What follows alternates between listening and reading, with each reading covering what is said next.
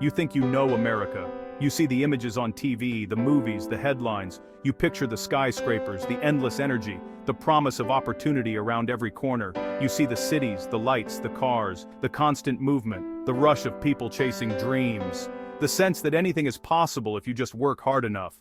But there's another America, hidden in the folds of old maps, deep in the valleys of Appalachia. It's a place that rarely makes the news, a place that feels almost forgotten by time. Here, the American dream feels distant, almost like a story told about someone else. The hope that once filled these hills has faded, replaced by a quiet resilience. This place is full of history and beauty, but also a kind of poverty that's hard to imagine if you've never seen it. The houses tell stories, of families who stayed, and of those who left searching for something better. We're in McDowell County, West Virginia, a town that once powered the nation with coal. For generations, this was a place of hard work and hope, where the future seemed secure. Men went underground, came out covered in black dust, but they had pride, work, a future. Their labor fueled cities far away, and their sacrifices built communities that thrived. Now the mines are silent, the jobs are gone, the young have left. What remains is a sense of loss and a longing for the days when the town was alive with possibility. What's left is a heavy quiet, a sense of waiting for something that may never return. The playgrounds are empty, the streets are still, and hope feels fragile. It's easy to overlook these places, just a blur from the interstate. Most people pass by without a second thought, never knowing the stories hidden in these hills. But to understand America, you have to get off the highway, take the back roads, and listen. Really listen. You have to slow down, open your eyes, and let the land and its people speak to you. You have to look at the uncomfortable truths, the stories that don't fit the neat narrative, the boarded-up shops, the broken windows, the dreams put on hold. Because the truth is always more complicated, more human. It's found in the faces of those who remain, in the memories they carry, and in the hope they refuse to let go. So that's what we're doing. Listening, not judging, not pitying, but trying to understand. We're here to hear the stories that matter, the ones that rarely get told. We're here to see life through the eyes of the people who call this place home. To witness their struggles, their joys, and the small victories that keep them going. People who are tough, resilient, and full of a quiet dignity. They endure, they adapt, and they hold on to what matters most: family, community, and pride. They are the keepers of a story, about what happens when a way of life disappears, about how a community survives, even as the world moves on. A story about what it means to be left behind. This is their America. It's a story of loss, but also of hope and endurance, and it's a part of our America too. These places, these people are woven into the fabric of our nation, whether we see them or not, whether we choose to see it or not. Their story is part of who we are, and it deserves to be heard. The mountains here are ancient, their ridges rolling on, stretching beyond the horizon like the memory of a time long past. They stand as silent witnesses to centuries of change, their presence both comforting and imposing. These slopes are covered in trees that shift with the seasons, fiery reds and golds in autumn, a blanket of snow in winter, and a lush, vibrant green in spring and summer. The landscape is always changing, yet somehow always the same. The beauty here is raw and breathtaking, but beneath it lies a tough reality. The land's splendor often masks the daily struggles faced by those who call these mountains home.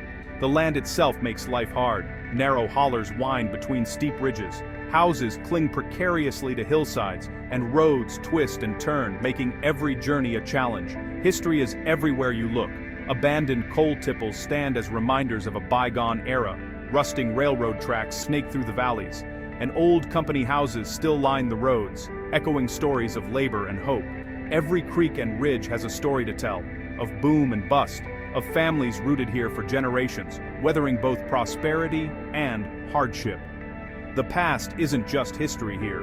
It's alive in the faces of elders, in faded photographs, and in the traditions passed down through the years. Isolation shapes everything.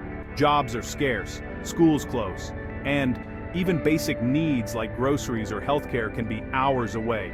The distance isn't just physical, it's a barrier to opportunity. Internet is a luxury, not a given.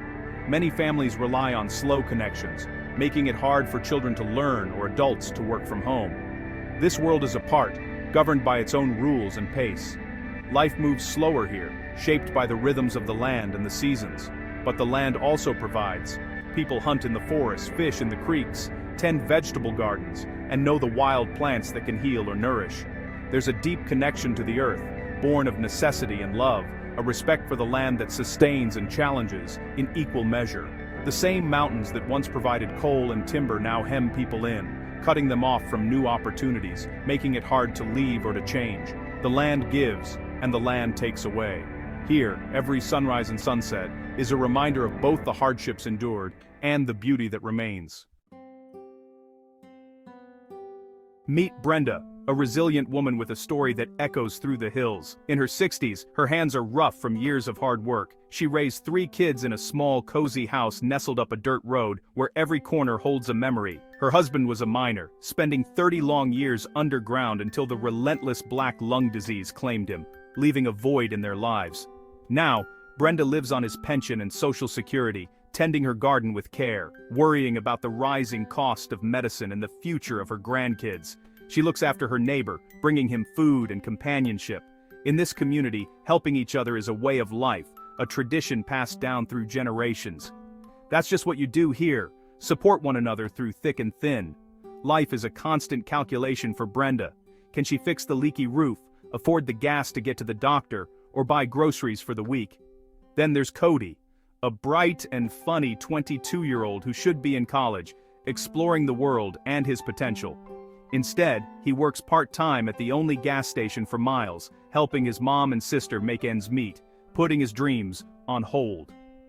He dreams of leaving, of finding a life beyond these hills, but feels trapped by family duty and the lack of opportunities that surround him. With no jobs and little to do, opioids loom as a constant threat, a dark cloud over the community. Cody fights to stay clear of that path, spending his free time fixing his old truck, hoping it'll be his ticket out of the holler. But money is always short, and the struggle to make ends meet is relentless.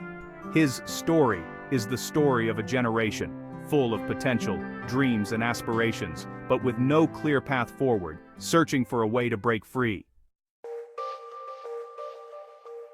Think about your life, your worries, your routines. Now imagine worrying about clean water or driving hours for fresh food. Imagine schools with leaking roofs and ancient textbooks. This isn't a distant country, it's just a few hours from the nation's capital. The gap isn't just income, it's opportunity, life expectancy, basic infrastructure.